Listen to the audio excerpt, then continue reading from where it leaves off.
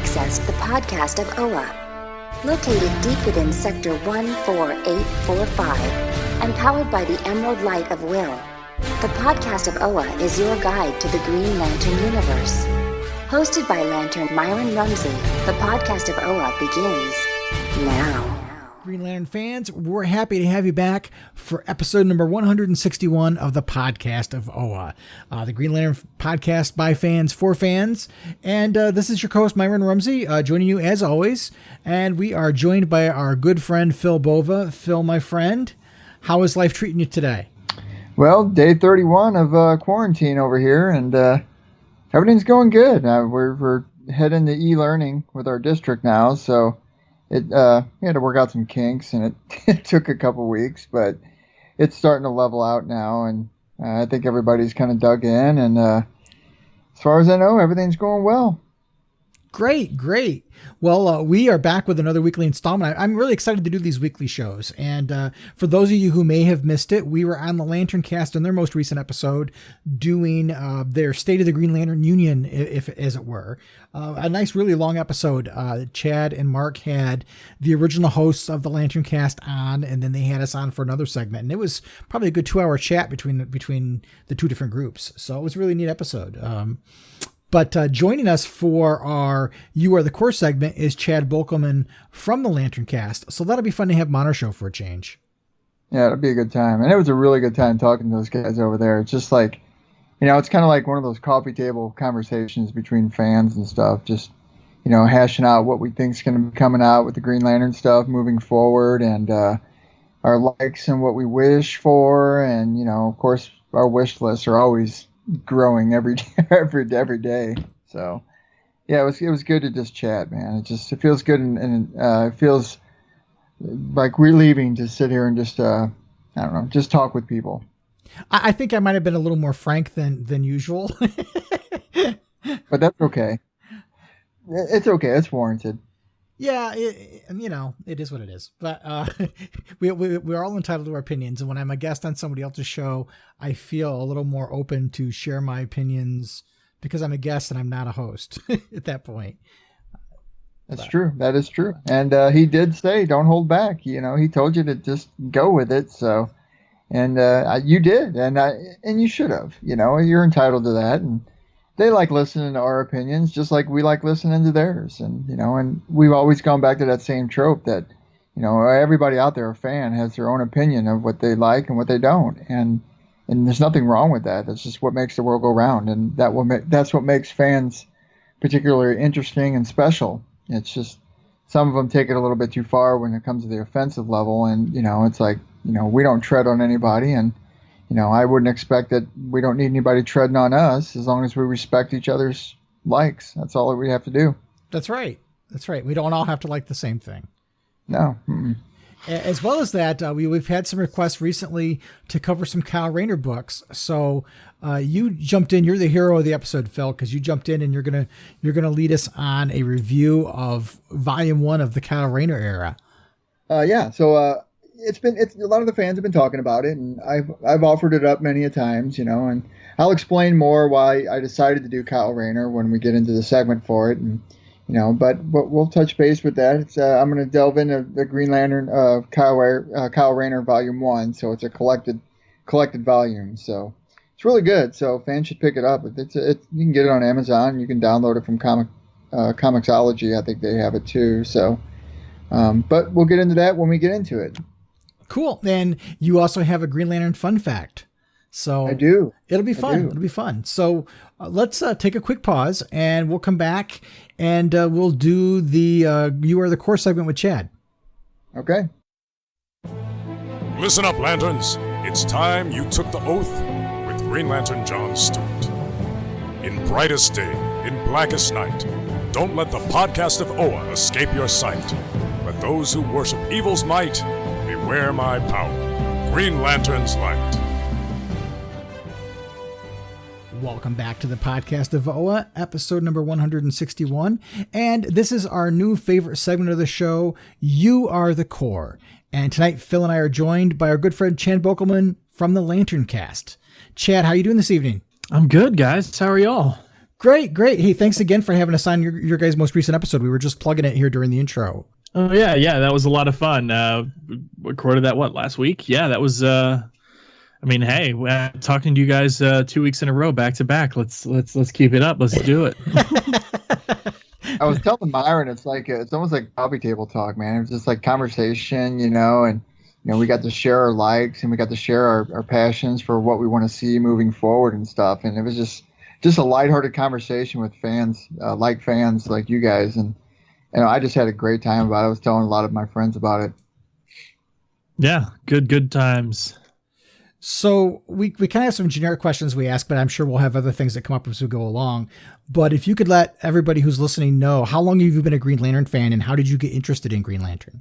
Yeah, so well, I mean, let's take that second one first. How I got interested in Green Lantern, I kind of always knew Green Lantern was a thing. I didn't really watch the Super Friends or Legends of the Super Friends or any of that stuff growing up. The only thing I can remember ever seeing Green Lantern in was the Justice League Unlimited cartoon series. Because just for those of you out there, I was born in 1987, so. I'm sure I saw something somewhere, but because by the time I saw Justice League Unlimited, I already knew Green Lantern was a thing. Maybe just the Justice League in general was just pop culture pervasive, and I just knew that there was a guy out there called Green Lantern who had a ring.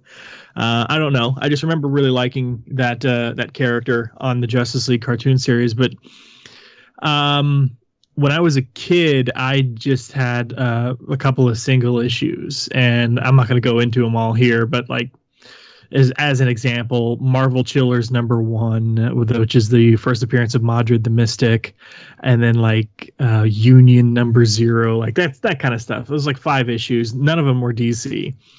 But after I graduated high school, I went to a Borders, for those of you who don't remember, Borders was a bookstore. I went to a Borders and I was killing time before a film, and I was going to go see it at the theater next door. And I was just browsing through, and I was looking at the comics for whatever reason. And I came across Green Lantern Rebirth, the hardcover, and I came across the Showcase Presents the black and white reprints, just volume 2. I couldn't find volume 1. So I grabbed those 2, and I went to go see my movie, and I went home and I absorbed Green Lantern Rebirth and read a bunch of some of the Silver Age stuff as well.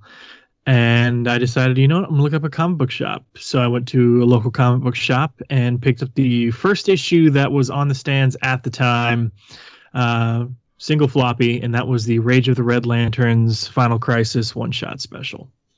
And I have been collecting regularly ever since. And as you guys know, done a deep dive into everything that came out before. Yeah, that Red Lantern one's a good one. That Final Crisis series was a good series too. It was all right. I'm not sure. So some of the tie-ins for the Final Crisis, like the specials and stuff, kind of make sense within Final Crisis. I never got why the Rage of the Red Lanterns one-shot special was tied into Final Crisis, because if you read that special, it is very much its own thing. Yeah, I agree. It really wasn't connected really in any way. Yeah, it just should have been, I don't know, let's see. So that would have been Secret Origins was like 23 through 29 or something like that. So it should have been just the first issue of whatever the Red Lantern story arc Johns was telling after Secret Origins. Another great series was the Red Lantern series. Still like that to this day. I didn't like the first part. I liked it after Guy came in, which is when Charles Soule took over the book. Peter Milligan was on it for a little while, and at the very beginning. And if you go back and read some of those, and maybe hindsight is 2020, and I have to reread those. But at the time, reading that Red Lantern series at the beginning, Peter Milligan had Atrocitus just sort of waxing, just waxing rhapsodic, just like being very like Shakespearean and poetic, and like holding Krona's dead body or skull or whatever, and like, I should have been the one to kill you. My rage is like, like it's like Look, Atrocitus, I don't want to hear you talk about your rage. I want to see you do your thing. Like, nobody wants to see melancholy Atrocitus. No, it's, the flashbacks to his life before, and it's like, okay, we've already played that card. Get on with it. For sure. So to jump off Myron, what era of Green Lantern comics interests you the most, if you had to pick an era? Ooh, interests me the most. Not necessarily my favorite. I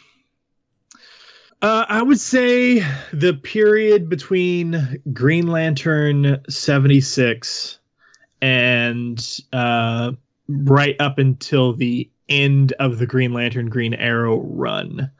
Just Denny O'Neil is long since off the book. You've got I think Mike Grell had come in for a little bit, and then you had you had a bunch of different people doing the title, and it was that era just really interested me because, one, I'm a huge fan now ever since starting reading. I really like comic book history. I have a copy of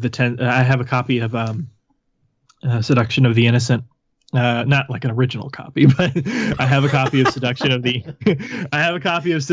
Innocent, and I do have books about comic book history, like the 10-Cent Plague by David Haydu, and here too, yeah, things like that. So I really love comic book history, and knowing about what happened with the Senate subcommittee trials on juvenile delinquency and all of that stuff, and what happened with the Comics Code and the creation of it and the self-governing body and how that went, when it was revised, things like that. And the Green Lantern Green Arrow series plays a huge part in that.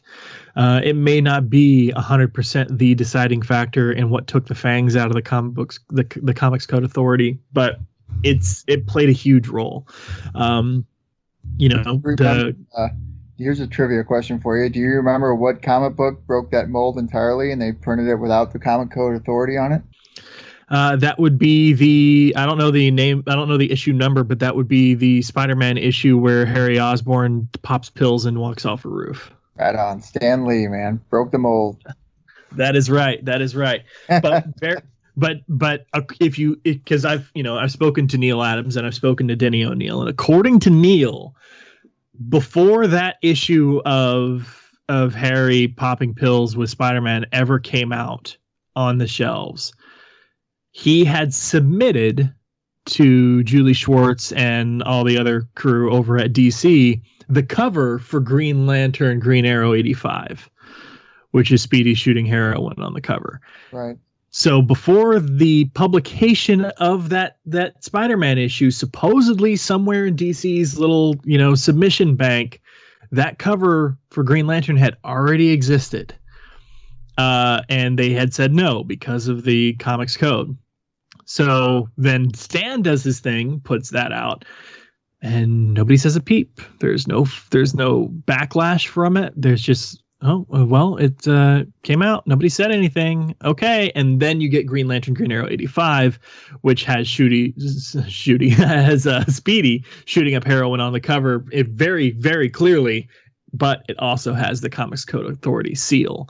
And that's right around that time you get your first major revision to the Comics Code Authority, which keeps you, kind of carries you into the 80s and stuff. So you can get your sort of horror back, and, you get Sandman and Watchmen and The Dark Knight Returns and all the other stuff that you can get away with now after the revision. But I got off track. The reason I like that era, and not just the Denny O'Neil, Neil Adams stuff, the Denny O'Neil, Neil Adams stuff is this huge turning point for Green Lantern from the Silver Age. It's like, okay, we're going to start taking comics seriously now. Let's deal with some real world stuff. And a lot of people don't like it because it brings Hal back down to this level. He's not dealing with cosmic threats. Some people say, in a way, it neuters Hal, because after the 76, when the African-American gentleman on the roof says, what have you done for the purple, I've heard what you've done for the purple skins, and the, somewhere else you've done something for the green skins. What have you done for the black skins? What can you tell me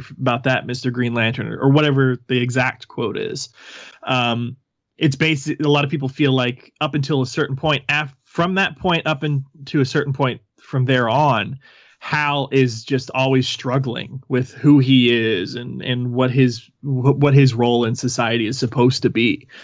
And some people just didn't like that, and they trace it all the way back to Green Lantern Green Arrow number 76, and they don't like that for that reason. But because of the historical impact on the comic book industry, because of the historical impact on the characters, on DC, and then all of a sudden, Neil Adams leaves after a little bit, and then shortly thereafter, Denny O'Neil, and we still keep Green Arrow on, and it suddenly becomes campy and crazy and weird again. And it just I really am fascinated by that era because it got real serious real quick. It was groundbreaking, and then that just faded away, and then it went crazy again. Yeah, those Mike Grell, Denny O'Neil books are supposed to be in a collected edition coming out this year. Oh, I can't wait for that. That's awesome. I definitely have the collected editions of the the hard traveling heroes era, the traditional Neil and Denny. But I would love to have the Grell stuff on my shelf. I'm trying to remember. There was somebody else. I don't remember. There's somebody else who did the art, especially towards the very, very after Grell. There was somebody else who was on it, and I can't remember because I met him at maybe he inked Grell and it wasn't an actual artist. I'll have to look it up. I'm not going to waste time just rambling. But yeah, that era is just so interesting to me. Yeah. Well, and regardless of what you feel about how Hal was characterized, you can't deny the impact and the importance of those issues. Oh, for sure. Yeah. It's funny you mentioned that is I'm a teacher here in a school district in St. Louis, and I used to teach a course on comic books. And how I kind of set it up was I set it up when the early inception of comic books in the late 30s.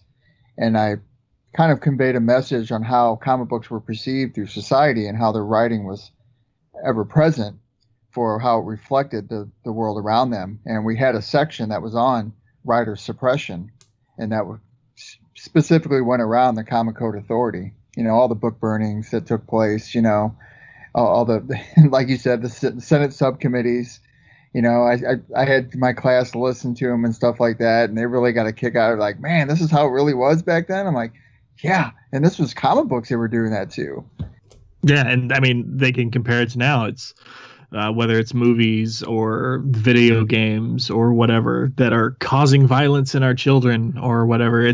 You can trace that stuff back to, I think that's still coming out that even before comics were an actual thing. You could trace it to pulp magazines. You could trace it to black and white films. You could trace it to, whatever.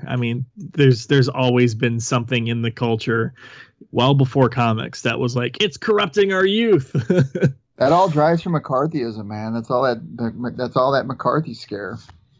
You got Trouble with a capital T that rhymes with C, and that stands for comics. Right.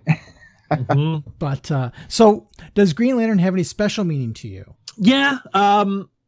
So not necessarily as much as you, Myron. I know you've got a very personal connection to it, but when I look back on my school days and stuff, when I talk about being bullied or being the outcast or anything, I wasn't literally shoved in lockers. I wasn't hit every day of my life. My parents were great, and very supportive and things like that. So it's not like I, had the complete outcast, high school lifestyle or middle school lifestyle or anything. But at the same time, walking up to girls, just trying, those are your formative years. So I often compare my own psyche, and I won't get into, my own personal life too deeply, but just enough to give you a glimpse into why I like Green Lantern and characters like him.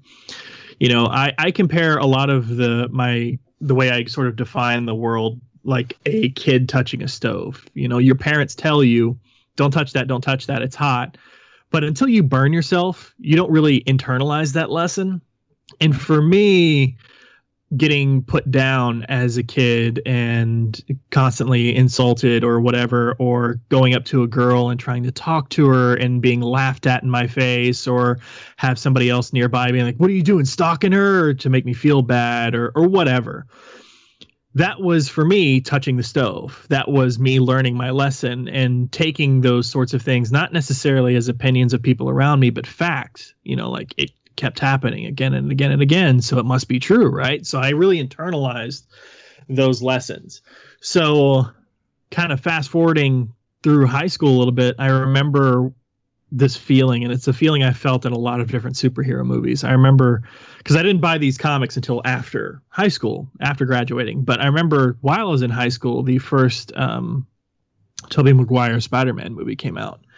And I remember, Spider-Man, of course, Peter Parker, he's the ultimate outcast. So I remember watching that movie and just really identifying with Peter.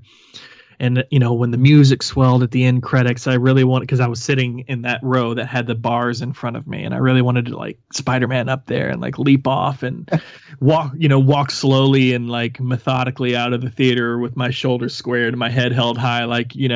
If people saw me walking with purpose, they'd think, oh, maybe that dude's a superhero in disguise, whatever.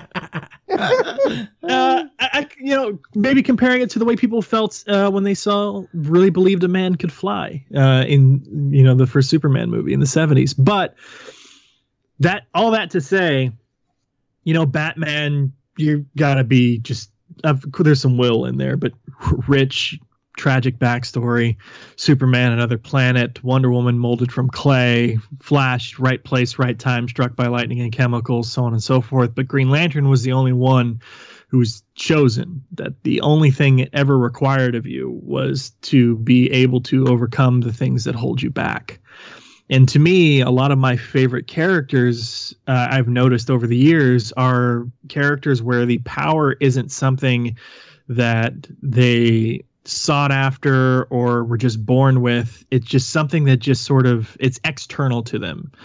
With Green Lantern, it judges you. You have the ability to overcome great fear, but it's an external power. You get the ring. Ragman, one of my other favorite DC characters, it's an external suit you take on. Venom, it's an alien symbiote. Thor, he's a god, but you also have Mjolnir. So, whosoever possesses this power, if you be worthy, or this hammer, if you be worthy, will possess the power of Thor. So all these characters are just these external things, just the idea for a kid who is sort of cast out and not really, anybody came to or was anything like that. The idea of something falling out of the clear blue sky to make you extraordinary, that definitely rang home with me. It's kind of like when you're chosen in a kickball game or something like that. You're chosen last or whatever. It's kind of like that same kind of feeling. It's like, okay, I'm chosen to be on the cool guy's team. I must have something that he likes, or else he wouldn't have chose me. But that's a really good point that you bring up about the Green Lantern stuff. Myron and I have talked a lot about certain things that have impacted us through childhood, and it's funny you mentioned about the external power, because not a lot of people think of Green Lantern like that. They just think, oh, he carries a ring, it's magic or whatever it is, and he goes around and he's a space cop and blah, blah, blah, and this and that. But a lot of them don't know and realize that, okay, well, he didn't just happen upon the ring. It isn't like he built it himself. He was the one that had to be chosen. The Green Lantern has to be chosen amongst the people, to have that ability to wear the ring, to show his worth through that Green Lantern uniform. Yeah, 100%. It's the idea that you don't feel special in your everyday life, but before, you can say the Green Lanterns before they had their rings were non-extraordinary, but you freaking Chuck Yeager over here with with it being a test pilot and a womanizer, and then Alan Scott being either a rich radio broadcaster or trained engineer or whatever, things like that. But Kyle, random artist, struggling kid, guy, PE teacher, these sorts of things, these random everyday people that something out there sees something in them and goes, no, you're a hero. Good point. I like that. That's really, really good. Now, Chad, do you read your books digitally, or do you prefer hard copies from your local comic book store? Both. I actually do digital primarily for the show, just so I can read a little bit of everything. There's just so many things out there because I get previews for free. that there's so many things out there that I want to try and test out, especially indie stuff like Boom Studios, Image Comics, Aftershock Comics, Black Mask Entertainment, things like that. There's so many different things I just want to try nowadays, and I just read so much more indie than I do DC or Marvel these days that at some point, it just doesn't make sense to just keep buying new number ones and go, maybe I'll like this series or maybe I'll like this series. So I get everything digitally, and if I really like it, I get the floppies, so I have it in the collection. And if I really, really like it, I get the digital first, then the floppies, then the trade. I can talk about like Once and Future. That's great book. Yeah. Once and Future is fantastic. There was a recent series called Space Bandits. That's also something I did that with. Gunning for Hits.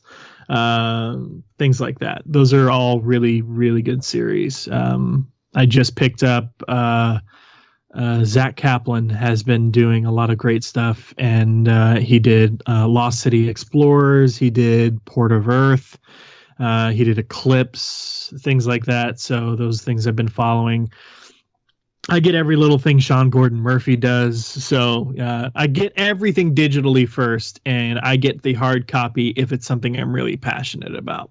Not to get too far off Green Lantern, but have you checked out Zach Kaplan's Join the Future? I have. I think 2 issues are out at this point, right? Actually, I only read the first one. I don't know if issue's 2 out, but I really like the first one. Yeah, really good. I actually, not to plug my own stuff, but one of the other podcasts that I started up and I'm trying to get back to now that we're all under lockdown, is a show called Creative Credit, where I got to interview, whatever comic book creator I wanted about whatever thing I wanted, because doing the Lanterncast, it's so easy to just be like, well, you're a really cool creator. Thank God I met you at this con, but can you tell me, did you ink like 1 issue of Green Lantern in the 80s so I have an excuse to talk to you? But with Creative Credit, I got to take all those connections and just talk to whoever I want whenever I wanted from anywhere in the industry. And the first issue was Steve Rude, and the second issue was Kwanzo Sagifo, and the third was Zach Kaplan. So very cool. Zach is somebody I consider a friend now, and now that I got to know his process and everything, if you're interested in a comic and the name Zach Kaplan is on it, give it a try. Good point. Have either one of you read Letter 44? I did. Really good series. That's the one with the logo that's like a circle, right? Yeah. I can picture it in my mind. I'm pretty sure I read the first issue or 2 of that, but I didn't continue on with it. It's another Charles Soule story. Mm. So a good series. We all have collections of Green Lantern stuff, whether it's comics, Funko Pops, all that stuff. Do you have a favorite Green Lantern item or issue that's in part of your collection? Yeah. I'll talk about 3 just real briefly. The movie was not something a lot of people seem to enjoy, but there was a lot of merch out of that I really liked. And one in particular was I can't remember the exact name of it, but it was an Emerald Energy statue where it's Ryan Reynolds, Hal Jordan, and he's flying up and he's got his fist pointed out, and there's just green energy swirling all around his feet and legs, and then up and around his arm and wrist. And when I finally got that, I was really excited. That's a really cool looking statue. Regardless of what you think about the movie, it's just super, super cool looking. At some point, I plan to put like some sort of LED under that so that green energy just really lights up. I think that'd be cool. But as far as issues go, there are 2 Green Lantern issues that I actually, those plastic kind of cases that hang on the wall that you can put like Silver Age issues and stuff in. Oh yeah.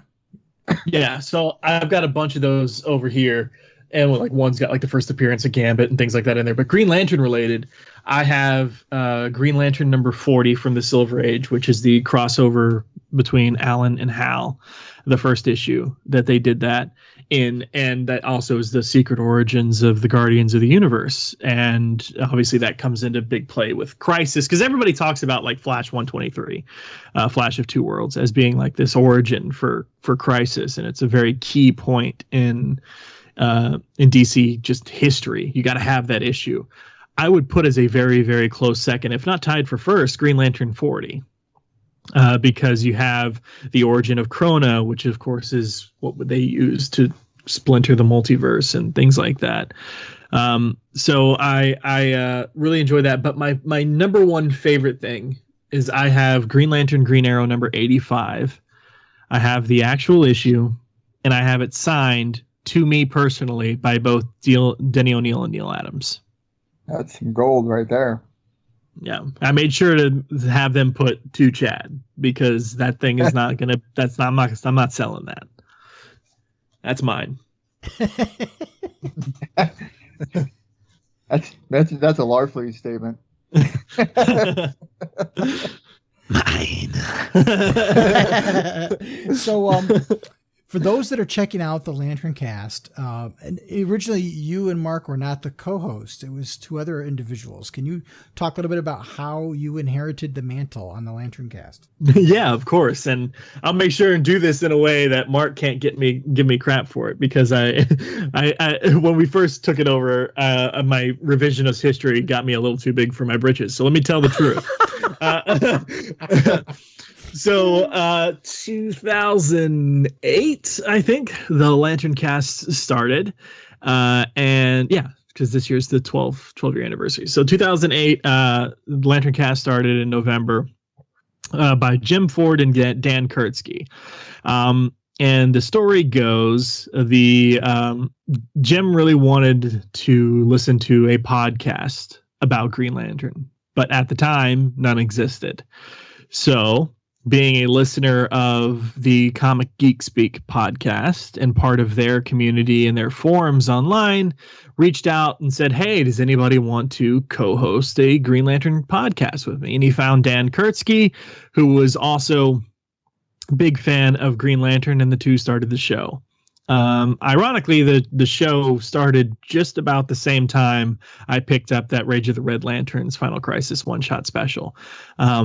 Because that was one of the first issues they reviewed within the first 5 episodes of the show. And I found the show and became an active, avid listener, submitting questions. And really, Jim and Dan helped me learn a lot about Green Lantern, because while I was reading the ongoing series, it's not like I picked up started picking up the single issues and then immediately did a deep dive. I had questions like anybody else along the way, and was asking it of the podcast I was listening to, the Lanterncast. And after a little while, I to start a project, because my passion for Green Lantern was getting so much so I wanted to do something with it. And I couldn't take a podcast because, it was already being done, and I like these guys. So I'm not going to put out something that's going to quote unquote compete with them. Plus, I don't know how to podcast. I don't, whatever at the time. So I decided to try this thing where I was going to try and create a documentary for the history of Green Lantern. So much so that I got in contact with Dan DiDio, spoke with him on the phone, spoke with a couple of other people. The first time I ever spoke with Denny O'Neil, this is back when I was part of a youth group. Like a young adult youth group.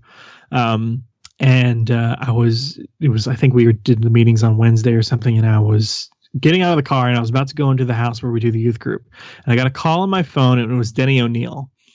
And he was calling me back to talk to me about this idea I had for a documentary, because I wanted to touch points with a couple of different people. So I had some people to interview for this thing.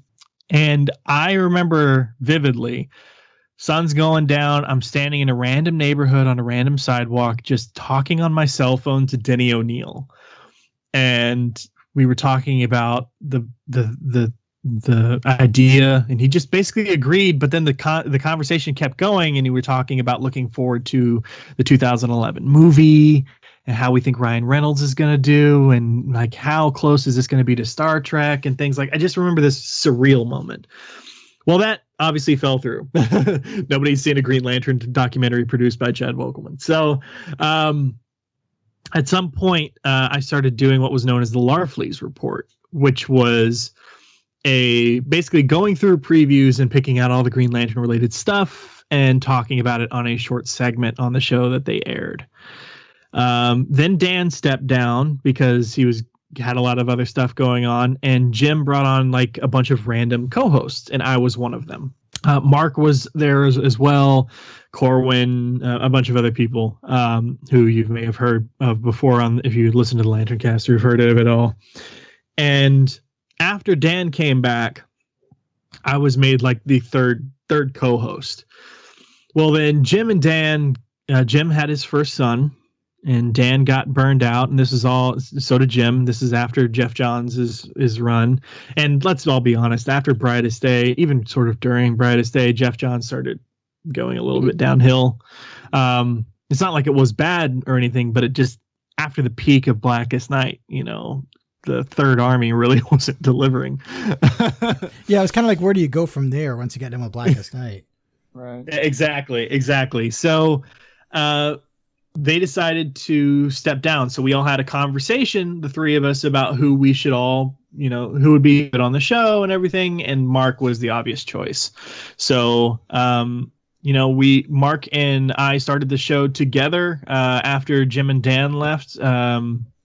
They didn't want to just pass on a show to just one person, because nobody's going to listen to a podcast with just one person. It's, unfortunately, the way things are, no one wants to listen to you drone on, just you forever. So we made sure that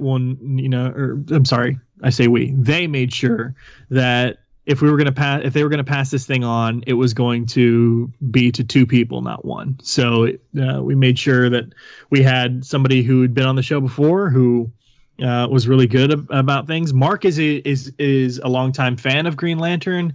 He's actually more into the merchandise side of things too, so he has a different sort of perspective on things.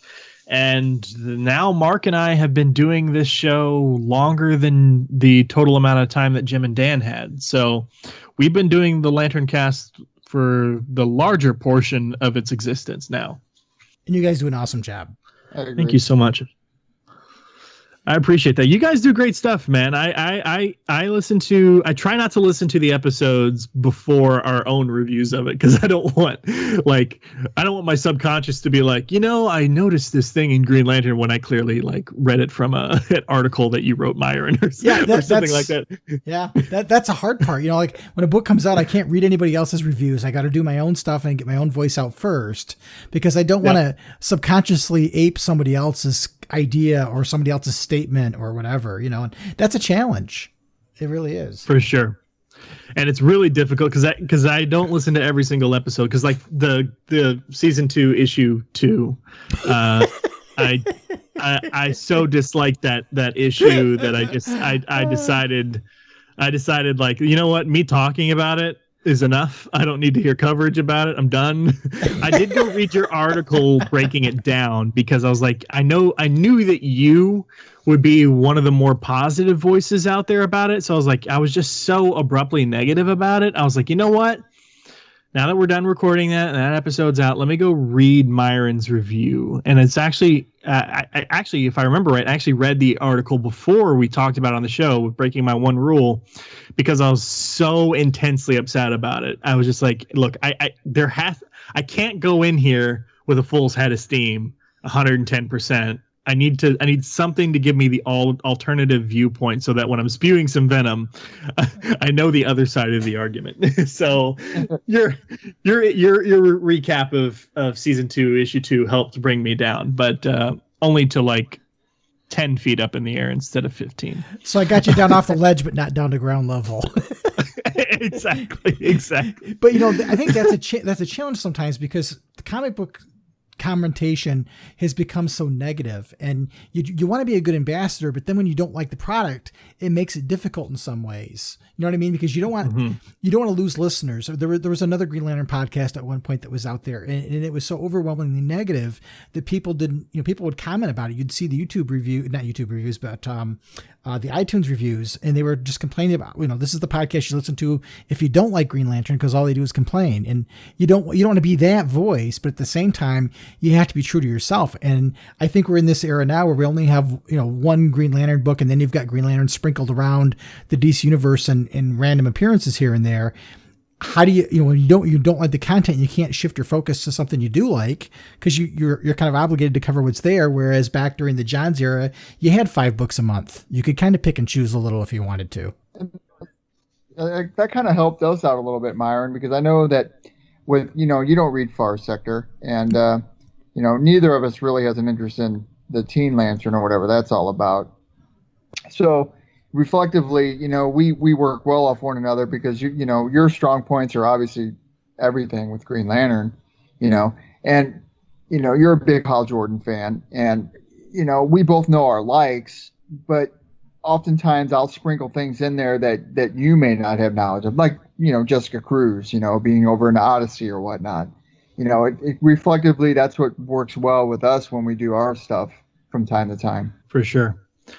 You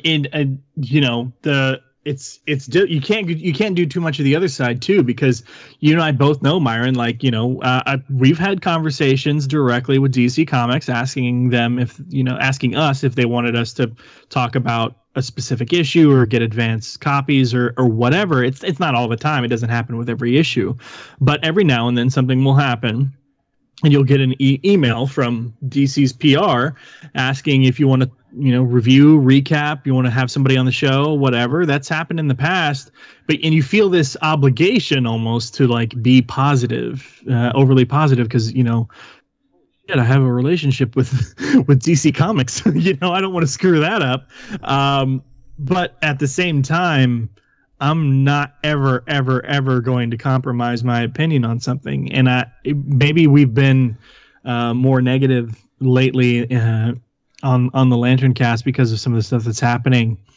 But man, I just miss Green Lantern being huge. And I'm not going to hold my opinions back on it. I try. I think honestly, if you want to take every little grain of something that's even minutely good out of what's happening with the social distancing and the quarantining and everything, yeah, DC has stopped publication and these issues are not coming out, and evidently they're not coming out digitally anymore either. So what are we going to cover?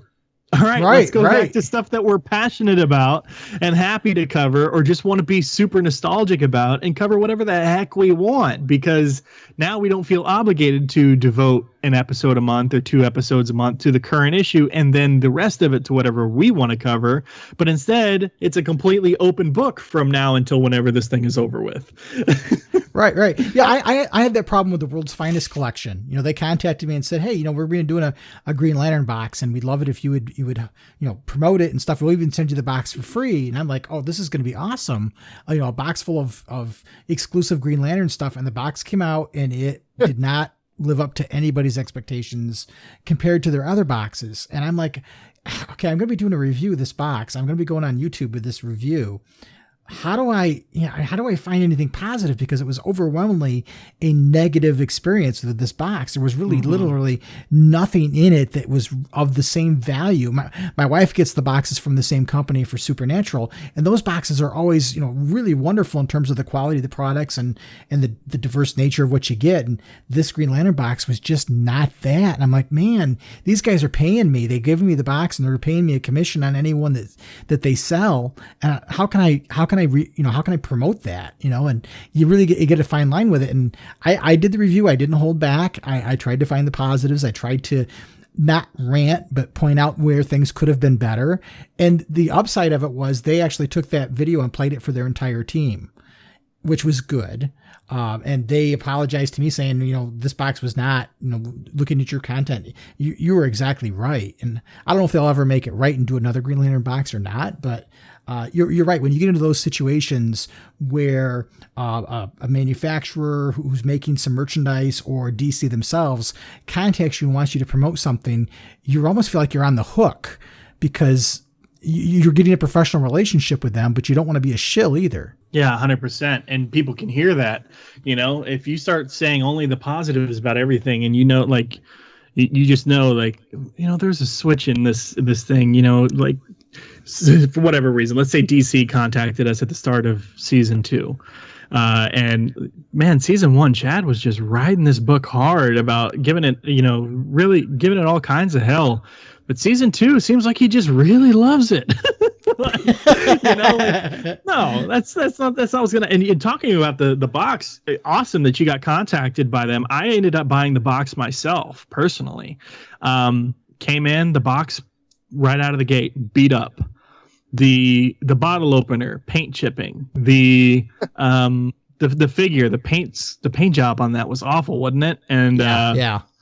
The print being not Yvonne Hayes, Ethan Van Sciver, right in the height of all that stuff going on. I was like, look, do you want to make a statement on it? Yes or no? I understand that, but maybe not the best time to put out a Van Sciver print. And then, the USB hub was such a cool idea, but there were gaps in it and the paint was chipping off the handle. My favorite thing was the baseball tee. The raglan. I really liked that. But guess what? It came in a large. I ordered a 3XL. And when I contacted them and said, look, guys, I can't, even if I go on a diet tomorrow, I'm not going to fit into this for another year or two. If that, because I'm a wide-shouldered 6'1" dude. I don't think I'll ever actually fit into a large, no matter how much weight I lose. They said, nope, sorry, sold out. And I have a useless large Green Lantern Raglan baseball tee sitting in there, and I would wear the heck out of it because I really like the design of that shirt. But nope, I need a 3XL, and it's all gone. And I'm not paying aftermarket prices on eBay for that shirt.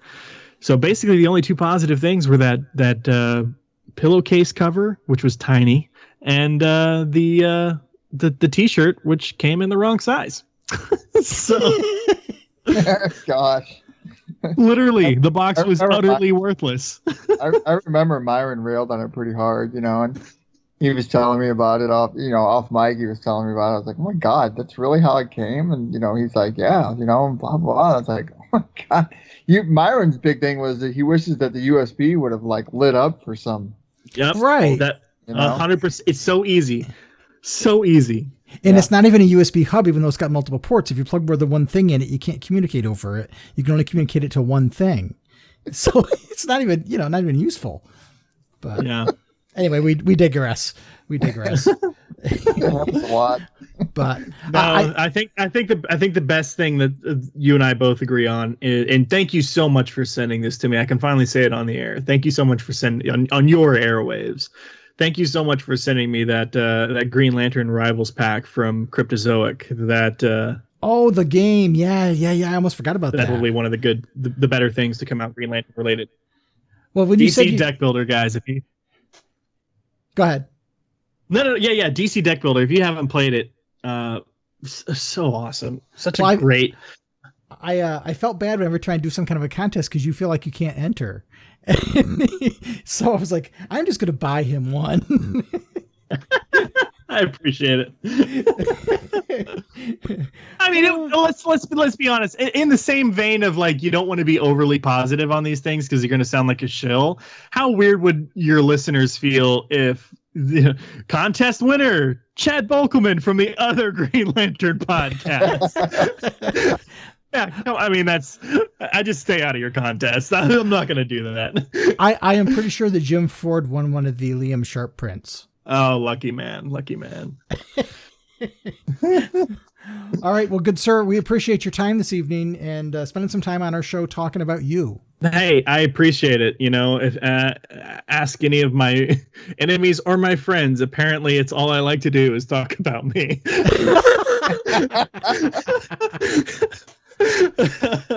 But no, seriously, this is awesome, and I really appreciate you guys doing this. When I saw you guys were doing this segment, I remember I tweeted out, I was like, oh, such a good idea. I wish I'd thought of it. It's just such a good idea to focus on the fans when the world is going to hell. So let's get some positivity out there. So that's I really appreciate what you guys are doing over there, and for those people who are like, aren't you guys like rivals or something? No, we're Green Lantern fans. Yeah. You guys remember when you were getting insulted and stuffed in lockers for being a nerd? If someone approached you and said, hey, I love superheroes too. Oh yeah, who's your favorite hero? The Hulk. And you told them to go to hell? No, you wouldn't have. You've been like, oh my God, someone else is a geek. let's talk, let's be friends. So there's no point to fighting between nerds, especially if you like the exact same thing. Exactly. Well, Myron and I were talking about it earlier about there's such toxic fans out there that just kind of drive in the rivalry between people. And, there's supposed to be this whole aspect where one's supposed to be better than the other. But at the end of the day, it doesn't really matter anyway, because we all have our likes. And just because like-minded people talk about a like-minded thing, that makes it fun and lighthearted. And you have your likes, Chad. Myron has his. I have mine. But that doesn't mean that we have to be berating each other because of it. We can poke fun. I mean, that's always good, lighthearted humor. But I mean, at the end of it, we're just fans talking about the stuff that we care about. I mean, that's all it counts. 100%. I never understood the reviews, and I'm sure you guys have seen them, whether it was on iTunes or whatever, where people would talk like, "Oh, I'm so glad I found Podcast of Oa because Lanterncast sucks," or vice versa. And it's just like, okay, like I understand liking one over the other if that's really your thing. If you like the host or the dynamic or the subject matter or whatever, there's no need to rag on the other. Like, right. We're all fans. Like, just talk about why you like this podcast. You don't have to trash the other one. They're our friends. Leave them alone. I would like to think in my mind that the Venn diagram of listeners for your show and our show are almost identical. Like the crossover is much larger than the part that isn't. But Why not? Right, exactly. I mean, it's just one of those things where it's great to have multiple voices to talk about something that's not only a niche, but a niche within a niche. I think it's great. 100%. Yep. I think 100%. All right, good sir. Well, you also live where I want to live too, so that's the other thing. I'm highly jealous. Austin? Yes, I'm a huge Stevie Ray Vaughan fan. I'm also a huge barbecue guy. So I'm gonna have to go dig through my dad's archives. I think I might have told you the story once, but my dad, you know how your parents like to tell you these old wives' tales about things that happened when they were younger, and all this stuff. And you at some point as you grow up, you're like, are any of these stories true? And at one point, my dad spun such a yarn that he was at a bar somewhere here in Austin, and he played pool with Stevie Ray Vaughan. And I was like, nah. Until Dad opened up his little chest of treasures, his small little chest of like various ticket stubs and things like that, and pulls out a napkin autographed to him by Stevie Ray Vaughan. Oh, wow. Oh, wow. So evidently, at the very least, my dad met and got an autograph from Stevie Ray Vaughan in a bar on a napkin, but it definitely sort of lends credibility to the whole I played pool with Stevie Ray Vaughan thing. Yeah. It was probably at Antone's. All right, good sir. Thank you again for joining us. We appreciate you having us on your show and coming on our show. And remember, you are the core. We are the core. We are the core. To tell you the story of Green Lantern is to tell you the story of the birth of a universe, the origins of DC as a whole. It's a magic emerald meteor from space in the 1940s. It's the establishment of the JSA. It's the birth of the Silver Age. It's the introduction of a universal police force. It's the formation of the JLA. It's the emergence of the multiverse. It's a crisis in both space and time. It's an emerald dawn. And it's an emerald twilight. It's the brightest day. And the blackest night.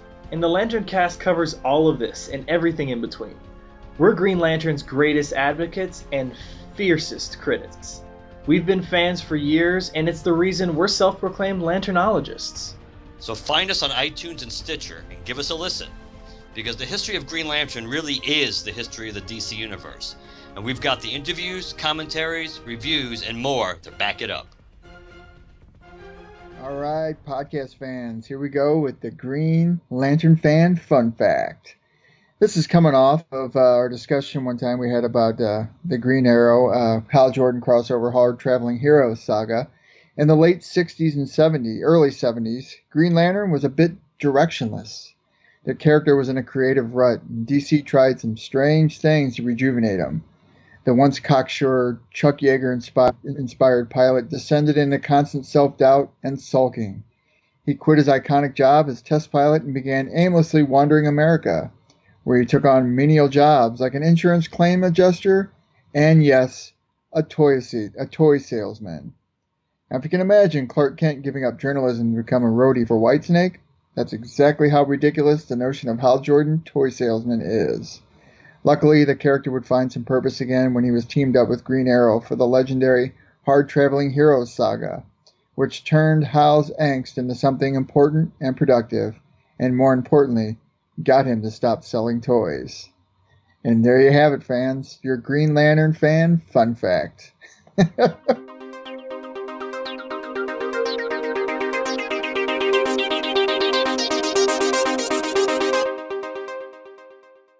All right, welcome back. Well, Chad was a pleasure to talk to. I think it's always fun to talk to Chad. And usually whenever we're talking with him, we're talking about Green Lantern. So it's neat to put the spotlight on him versus just Green Lantern, and to find more about what brings him into the Green Lantern fandom, what he likes about it, and what his perspectives, it informs his opinions and things. And so I think that's fun, and that's why I love that segment. Well, yeah, and it's friendly armchair chat, and it's like a lot of people under there are in the misrepresentation that, there has to be a rivalry between,